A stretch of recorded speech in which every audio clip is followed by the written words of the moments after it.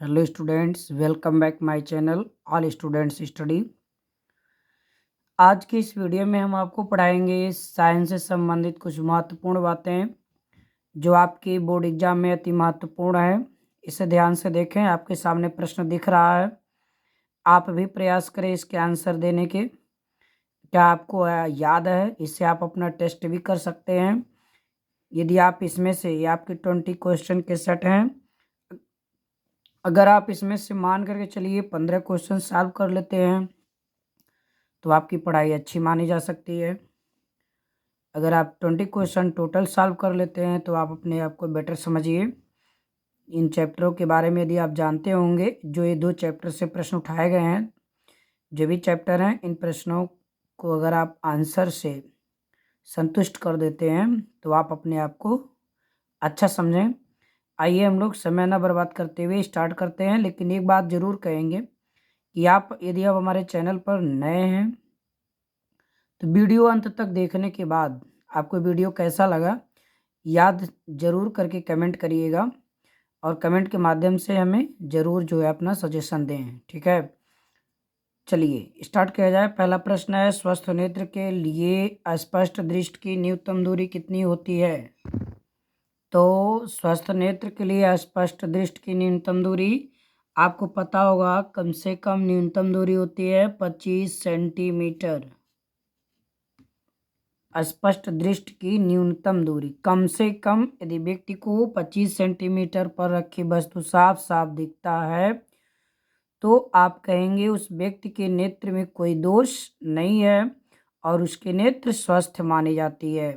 ये निकट बिंदु है, दूर बिंदु अनंत होता है। ठीक है, स्वस्थ नेत्र दूर तक अनंत पर देख सकती है, अनंत उसका दूर बिंदु होता है, अर्थात उसकी कोई सीमा नहीं है कहाँ तक स्वस्थ नेत्र दूर तक देख सकती है। ठीक है, तो न्यूनतम दूरी कम से कम 25 सेंटीमीटर की दूरी पर रखी वस्तु यदि उसे साफ साफ दिखे तो आप कहेंगे इसके नेत्र स्वस्थ है। समझ में आ गया? तो अब आगे बढ़ते हैं। मनुष्य के नेत्र में प्रतिबिंब बनता है, यानी मनुष्य के नेत्र में जो प्रतिबिंब बनता है वो कहाँ बनता है, ये है प्रश्न। थोड़ा आप समझेंगे। मनुष्य के यानी मानव नेत्र में प्रतिबिंब कहाँ बनता है? तो आपको पता होगा प्रतिबिंब जो होता है वो रेटिना पर बनता है। कहाँ बनता है? रेटिना पर। जैसे मान लीजिए नेत्र का आकार है तो पीछे यहाँ रेटिना होता है, एक पर्दा जैसी होती है, और इस पर्दे पर ये यहाँ नेत्र लेंस होता है, उत्तल लेंस होता है नेत्र लेंस मानव का, और किरणें आती हैं। तो किरणें जब अंदर आती हैं, एक किरण इधर से किरण इधर से होता है ना, जब उत्तल लेंस है, उत्तल लेंस ऐसे होता है किनारों पर पतला, तो किरण ये क्या करता है, किरणों को अभिकेंद्रित करता है, इन किरणों को ला करके ही फोकस करता है। किरणें जहाँ काटती हैं वहीं पे बिंदु जो है उसी बिंदु पर वस्तु का प्रतिबिंब बनता है। तो रेटिना पर ही ये किरणें आकर के काटती हैं। अगर स्वस्थ नेत्र है तो रेटिना पर ही प्रतिबिंब बनता है। समझ में आ गया? ध्यान देंगे। अब हम आगे बढ़ाते हैं। दूरदृष्टि के निवारण में प्रयुक्त लेंस का नाम बताना है। देखो, एक चीज दूरदृष्टि के निवारण में, दूरदृष्टि क्या होता है, देखिए बाबू ध्यान देंगे, इस बात को बड़े ही ध्यान से समझेंगे। जो दृष्टि में यानी निकट दृष्टि है या दूर दृष्टि है, नेत्र में जो दोष होता है, जिस नाम का दोष हो, समझ में आया? जैसे दूर दृष्टि, समझ में आ रहा? ये कौन दृष्टि दोष है? दूर दृष्टि दोष। अगर नेत्र में दूर दृष्टि दोष है तो दूर का साफ दिखेगा। परिभाषा जो है इसके नाम के विरुद्ध है, दूर दृष्टि है। कौन दोष है? दूर दृष्टि दोष। तो दूर का साफ दिखता है। अगर निकट दृष्टि दोष है, नीचे देखिए, तो निकट दृष्टि दोष में नजदीक का साफ दिखेगा, दूर का साफ नहीं दिखेगा। तो इसलिए ध्यान देंगे, इसकी परिभाषाओं में देखिए परिणाम जैसा है, गुण उल्टा है। दूर दृष्टि दोष है, दूर का दिखेगा। आप सोचेंगे सर उसको दूर दृष्टि दोष है, दूर का नहीं दिखना चाहिए है, उसको निकट दृष्टि दोष है, इसका मतलब नजदीक का नहीं दिख रहा ना, ऐसा नहीं है। अगर निकट दृष्टि दोष है तो निकट का साफ दिख रहा, दूर का नहीं, और दूर दृष्टि दोष है तो दूर का साफ दिख रहा, निकट का नहीं। तो देखिए दूरदृष्टि दोष के निवारण में कौन सा लेंस प्रयुक्त होता है? तो आपको याद होगा उत्तल लेंस। कौन सा लेंस? उत्तल लेंस। हम लोग उत्तल लेंस ही प्रयोग करते हैं। अब ये लेंस क्यों ही उपयुक्त हुआ, आपको मैं समझाता हूँ, आप ध्यान से यहाँ समझिए। देखिए उत्तल लेंस से ही क्यों प्रयुक्त होता है। इससे मान लीजिए ये आपका नेत्र लेंस है उत्तल और ये रेटिना है, समझ में आ गया। तो इसमें क्या करते हैं, यहाँ से किरणें जाती हैं, ऐसे फोकस करती हैं। ये भी किरणें गई, ये क्या की, इसको यहाँ फोकस कर देती हैं, यहाँ पर पीछे, समझ में आ गया। ये किरणें पीछे काट रही हैं, रेटिना के कहाँ काट रही हैं, पीछे। तो जब रेटिना के पीछे काट रही हैं तो आप ध्यान से ये देखेंगे कि व्यक्ति को ये वस्तु यहाँ बन रही है तो रेटिना पर नहीं बन रही, दिखाई नहीं देगा। अब अगर यही प्रतिबिंब ये किरणें यहाँ न जाके काटें और पहले काट दें तो इसका प्रतिबिंब रेटिना पर बन जाएगा, समझ में आ गया। तो इसके लिए ये देखिए ये उत्तल लेंस है, तो यहाँ एक उत्तल लेंस और लगा दिया गया, तो एक कुछ किरणों को यहीं फोकस करने लगे, यानी किरणों को सिकोड़ेगा। उत्तल लेंस किरणों को क्या करता है, सिकोड़ता है। ध्यान देंगे, अब किरणें ऐसे जा रही थी, पहले किरणें सीधे ऐसे आ रही हैं, ऐसे सीधी जा रही हैं, यहाँ आगे जाके काट रही हैं। तो यहाँ उत्तल लेंस नेत्र लेंस से एंट्री मार के ऐसे काट रही थी।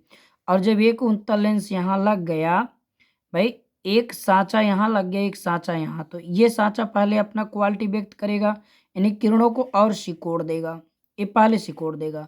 और जब ये नहीं था, ये किरणें यहाँ समांतर आ जाती थी, तो ये सिकोड़ेगा। तो यहाँ से जब किरणें निकलेंगी तो इसके पास जब आएंगी तो ये और सिकोड़ेगा, तो और सिकोड़ करके इसको और पहले काट देगा, रेटिना पर करता है। होता है ना, जब डॉक्टर के पास चेकअप वगैरह कराइए तो चेक करते समय डॉक्टर क्या करते हैं, लेंस बदल बदल के सेट करते हैं, कौन सुटेबल होगा।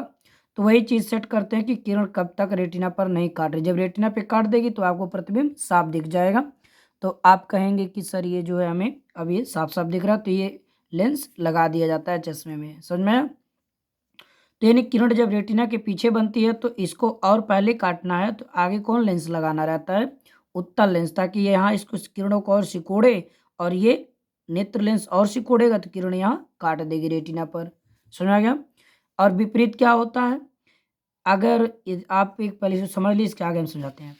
अब देखिए यहाँ पर देखिए तो दूरदृष्टि निवारण में कौन सा लेंस होगा, उत्तल लेंस, समझ में आ गया। अब निकट दृष्टि दोष की बात करते हैं, इसके बारे में भी जान लीजिए।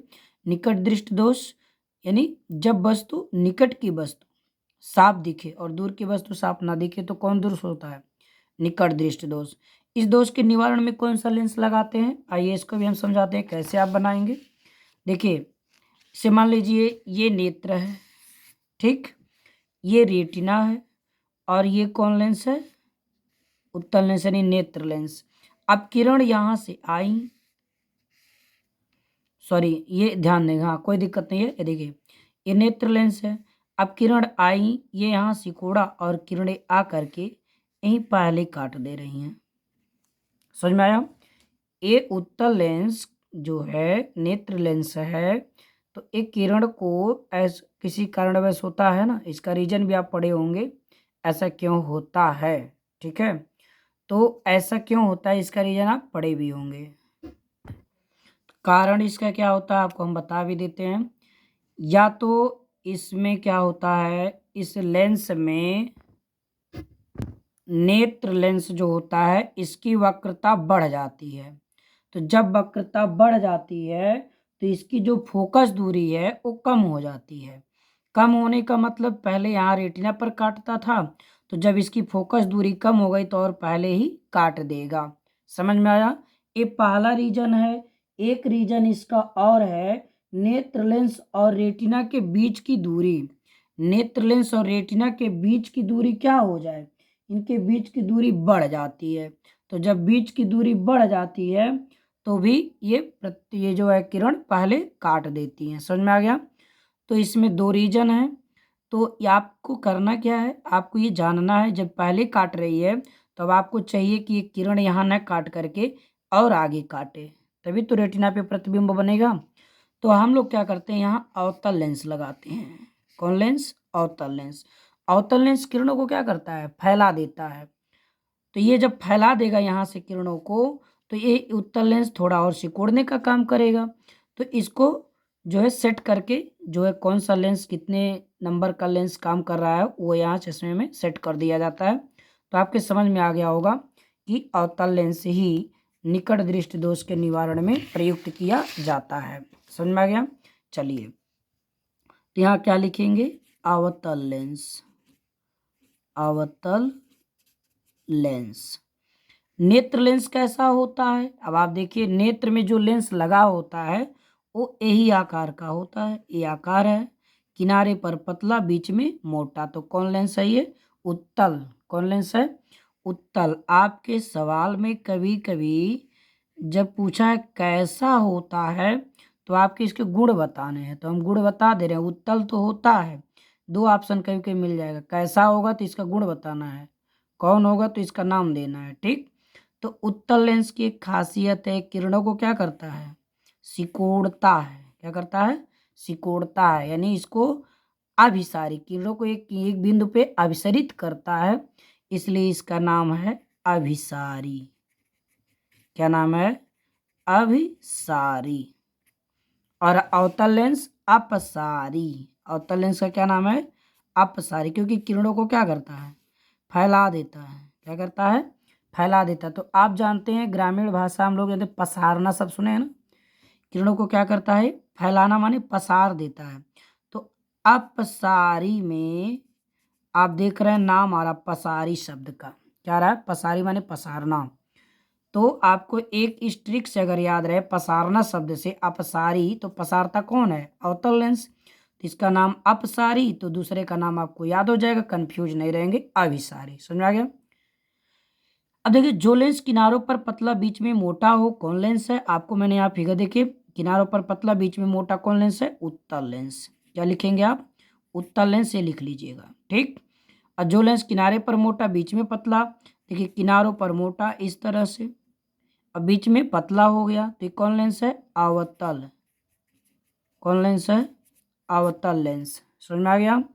देखिए, दृष्टि दोष क्या है, देखिए दोष क्या होता है इसके बारे में आप सुन लीजिए। दोष क्या होता है? देखिए, व्यक्ति के नेत्र में, ठीक है ना, जब प्रतिबिंब ठीक से ना बने, यानी कहने का मतलब ये है, जब नेत्र के द्वारा देखे जाने वाली वस्तु का प्रतिबिंब रेटिना पर न बनकर, रेटिना पर न बने, रेटिना पर न बने या तो उसके पहले बने या उसके पीछे बने, जब ऐसा प्रतिबिंब बनने लगे तो आप कहेंगे नेत्र में कोई दोष है। ठीक है, तो दोष हमारे दो प्रकार के होते हैं, दूर दृष्टि दोष और निकट दृष्टि दोष। तो दृष्टि दोष क्या है आप लिख लेंगे, जब नेत्र द्वारा देखे जाने वाली वस्तु का प्रतिबिंब रेटिना पर न बनकर उसके पहले या उसके पीछे बनता है तो आंख में जो है क्या कहेंगे, दृष्टि दोष होता है, या आंख में दृष्टि दोष पाए जाते हैं। समझ में आ गया? लिख लेंगे, दूर दृष्टि दोष के कारण प्रतिबिंब बनता है। दूर दृष्टि दोष अगर है तो इसके कारण प्रतिबिंब कहाँ बनेगा?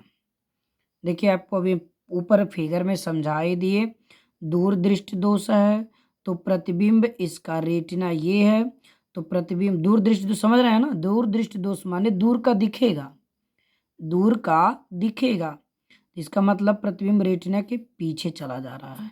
कहाँ चला जा रहा है? पीछे, तो इसको दूरदृष्टि दोष बोलेंगे। तो प्रतिबिंब कहाँ बनता है? रेटिना से पीछे। कहाँ बनता है? रेटिना से पीछे। अब आइए, नेत्र लेंस का मात्रक आप सबको याद होगा, डायोप्टर। क्या नाम है? डायोप्टर। इसको किससे डिनोट करते हैं? डी से। परावर्तन के कितने नियम हैं?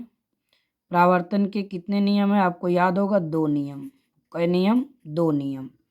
पहला नियम आपतन कोण परावर्तन कोण सदैव बराबर होते हैं, और दूसरा है आपतन कोण परावर्तन कोण तथा आपतन बिंदु पर अविलंब तीनों एक ही तल में होते हैं। आप भी याद रखें। काश 90 का मान कितना होता है? 0। काश 90 का मान 0। अपसारी लेंस किसे कहते हैं? अब देखिए पसारी शब्द आया, अपसारी, पसारता कौन लेंस है? फिगर थोड़ा ध्यान में रखिए। ऐसे है किरणें आती हैं तो किरणों को क्या करता है? पसार देता है। किरणों को क्या करता है? पसारता है। पसारना समझ रहे हैं ना, फैलाना। तो इसका नाम अपसारी है। इसके नाम से नहीं कंफ्यूज होना है, पसारना शब्द याद रखना है, तो मरते दम तक आपको इसका परिभाषा, इसका पहचान नहीं भूलेगा। तो अपसारी लेंस समझ में आ गया। अपसारी लेंस किसे कहते हैं? अवतल लेंस को। किस लेंस को? अवतल लेंस को अपसारी लेंस कहते हैं। तो आपके सामने आपका आ गया प्रश्न अभिसारी लेंस। तो आपको याद होगा जब ये अवतल हो गया तो भी वाला अभिसारी केंद्रित करता है, तो ये हो गया उत्तल लेंस। कौन लेंस हो गया? उत्तल लेंस। समझ में आ गया। ऐसे ही आपके सामने प्रश्न है, ध्यान देंगे। ये आपका अगला प्रश्न है। तो किस रंग का पूर्णांक सबसे अधिक? बैगनी रंग का। बैगनी रंग का पूर्णांक सबसे अधिक और सबसे कम लाल रंग का। ठीक। क्रांतिक कोण का मान किस रंग के लिए अधिकतम होता है? तो क्रांतिक कोण का मान किस रंग के लिए अधिकतम होता है? लाल रंग के लिए। किस रंग? लाल रंग के लिए अधिकतम और बैगनी रंग के लिए न्यूनतम होता है। इसे याद रखना है। प्रकाश के अपवर्तन के कितने नियम हैं? 2 नियम। ये आप पढ़े होंगे। दर्पण सूत्र क्या है? आपको याद होगा 1/u प्लस 1/v बराबर 1/f। एक डायोप्टर का क्या अर्थ है? आप सब पढ़े हो तो जरूर इसको बताएं। एक डायोप्टर का क्या अर्थ होता है? तो आपको बता दे रहे हैं, जिस लेंस की फोकस दूरी, जिस लेंस की फोकस दूरी, जिस लेंस की फोकस दूरी 1 मीटर हो,